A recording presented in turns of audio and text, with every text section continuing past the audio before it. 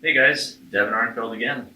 I want to talk about what I like to call portaling today. So portaling is just my term for when the chucks, go somewhere and magically end up somewhere else.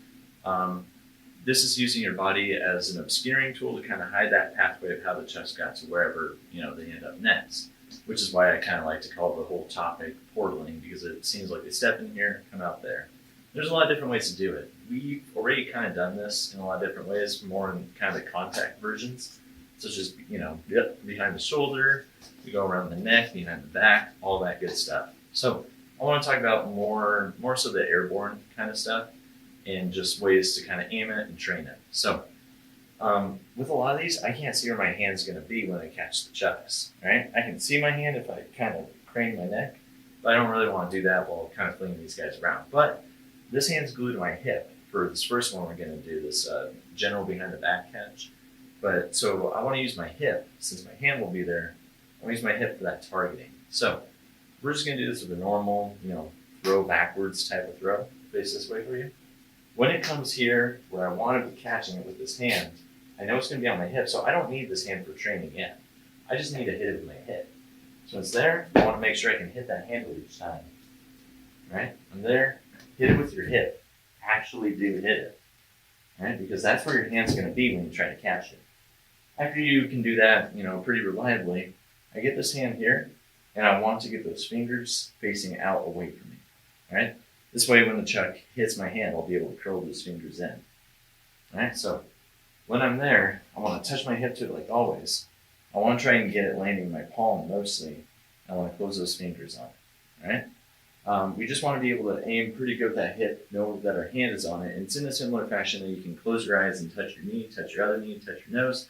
You just kind of know where all that stuff is, and you don't really need to see it. So that's what we're trying to tap into when we catch this guy. Now, with this move and a lot of other moves, being realistic, sometimes our bodily dimensions can be a limiting factor in how well we can pull these off. So when it comes to some of these varieties where maybe it might be like contact based or so, you can hold the chuck a little bit lower on the handle to kind of give yourself a little more give as it comes around. All right. Other things too is these moves are supposed to look twisty and weird. So if I need to twist around to kind of, that was bad. If I need to twist around and kind of catch that guy and give my arm more reach, that's okay because they're supposed to be twisty. You manipulating your body to get that kind of more drives the point home. You're doing something really twisty and weird with it. So you don't need to be motionless catch at all. You can also, get a clean catch, and turn your body to make it happen. And it still looks just as good. So with that in mind, coming back to that guy, this behind the back, we get it caught. Let's try taking it from straight in front of us to on the wall plane. So I have the chucks with me, it's spinning clockwise. I'm coming from, maybe a figure eight or something. When I get it to the front, I do what I call a normal throw. It's just thumbs down and thumbs up. And then I want to get that other hand out there, get that chuck nice and close to my hip so I can catch it. And there, even I have to spin a little bit to get that too. Wham, caught that on the string that time. And just get a good feel for that guy. And then, after you get it, you have the choice to come out horizontal, or the chuck was kind of spinning that way, I believe. No, it's spinning that way. I can come out, following that spin. All right? There's variations of that too. I always like talking about how certain moves qualify for other moves. So that one I can do it out of Simex. It's an airborne movement coming out somewhere near my hip.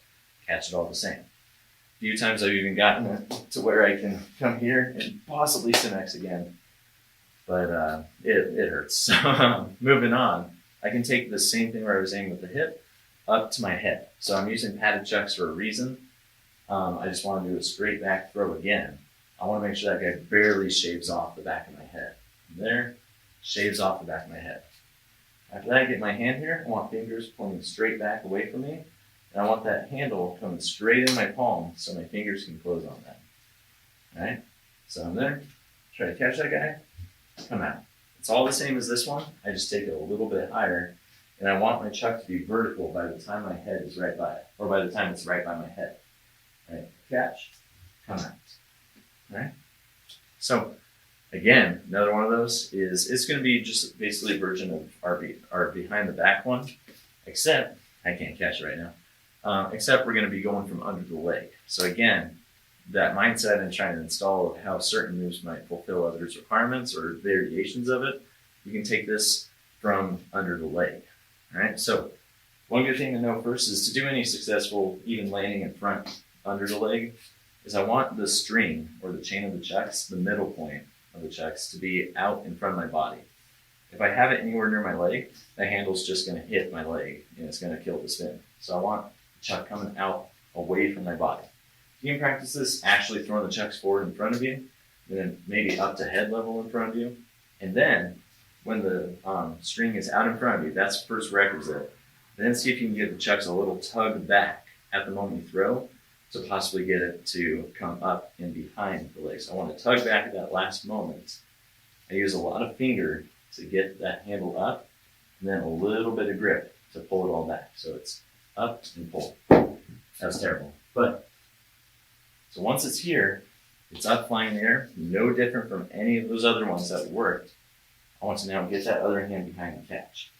All right, so you can start this hand here already if you want, or you can pull it in late for a cool effect. I want to pull it back, try and catch that. Now you might notice I did a little shimmy with that guy, and that's okay. Especially some of us might really need that. And that makes it look even more extreme that you have to move that much to pull off such a cool move. And here, I almost had that, but I also kind of moved my hips out of the way to make sure I at least don't flip that first handle. You might just catch that first handle, or you might walk in a good spin, just depending on how high and how much clearance you got. All right? So sometimes doing that, totally cool. If you do it motionless, that's really clean as well, but not a requirement. I'm here. Now I made a rookie mistake there in my arm. I raised it to get out of the way, but not enough. All right? So I want to make sure that guy is well out of the way. And that kind of adds on to this whole funkiness. Now, it looks like the chucks are really dominating me, which is something I usually don't like to do. But sometimes a move is just weird enough where that needs to happen, and it makes it look all the better, too. So, yeah, usually I don't like it when people are, dodging around their chucks and stuff because they're supposed to be in control. But for some of these, it is something that really makes the move very respectable because you have to allow it to do its thing before you catch it. So there's that. I want to go into a contact variety where the chuck's not going airborne. Let's say I'm doing a figure eight off to my right. This is a forward spin for me. All right. Once the figure eight gets over my backside, I'm going to give it a thumbs down. Let it go over to my other side. Facing your guys' position, I'm here. I give it a thumbs down and let it go over to the other side. And just like how a figure eight, goes from one side to the other, I just now, after it came over, want to get spinning in front. Now again, for some of us, need a little more accommodation, I can hold the handle low. All right. I'm doing that figure eight. Massage my hand down the handle for more clearance, pull it in, and then I have it here. I can also have my arm on the other side, depending on how you want to do it. So I have a lot of clearance here, right? Usually I might have it here, and that's pretty risky, right? From there, I can still pull it out and go on to the next thing, but it's just kind of the arm. Got to be careful of the arm. It's just kind of nice how it comes there and can come out. Other things you can do here is once it's there, as the handle comes up on your arm side, you can tag it and spin it the other way. This actually allows you to come out a lot more easy, much easier. So that's some stuff that I want to go over with you guys. There's also a lot of variations. Kind of the idea I want you guys to take away from portaling. What I did there is the chucks can come from any part of your body and wind up anywhere else. So if you can draw a line from there to there, if you can put your either hand through any of those spots, you can make it. These are just some starting tools for you guys. I wish I could show you them all, but one, I haven't even scratched the surface. And two, I probably can't land them every time either. But that last one I just did, and I might not land it this time, is I went here, I grabbed the chuck instead, pulled it behind, and then I drew a line from my hip across my body to my other shoulder, trying to get that guy airborne at the same time, and then reach this hand back from around there to catch. All right, so that was a mouthful, but I'm just trying to do is connect the dots in any way that I want to. Hey, I did. Another example that we have here too is I can pull the chucks up, from in between my legs, making sure to dodge the merchandise over to the side. And as it flies over this other leg, I take this hand back, pull it over to catch real quick. So it's all a one-handed movement, wham. All right, so comes up, whoops, comes up around there, get the catch, and you can come in with something else that you want to do. But the big thing here is you want to go from point A to point B, and you can choose the path however you want. Your point A can be here, your point B can be here. You can flip them. You can use your left hand, your right hand, each hand, however you want to do it. Just play around with it. It might look stupid at first. You might hit yourself in the face a little bit, but keep in mind that you use your padded chucks. You're going to have a fun time, right? So maybe I just want to come up, there. That looked really stupid, but it's not impossible, right? There's clearance here. I can figure out something along the way to get there. And maybe when I do land it, it might still look stupid, or maybe it might look really cool, but even so, I'm going to be much better at handling my chucks at the end of it. So choose your point A, your point B, maybe a point C right after that too. This can all happen in front of your body, behind your body, and see what you can come up with. There's a whole world out there, and some of the weirdest, coolest tricks I've ever seen are when people do things like that. So play around with it, make it yours, and have a lot of fun. All right? You guys have a good one.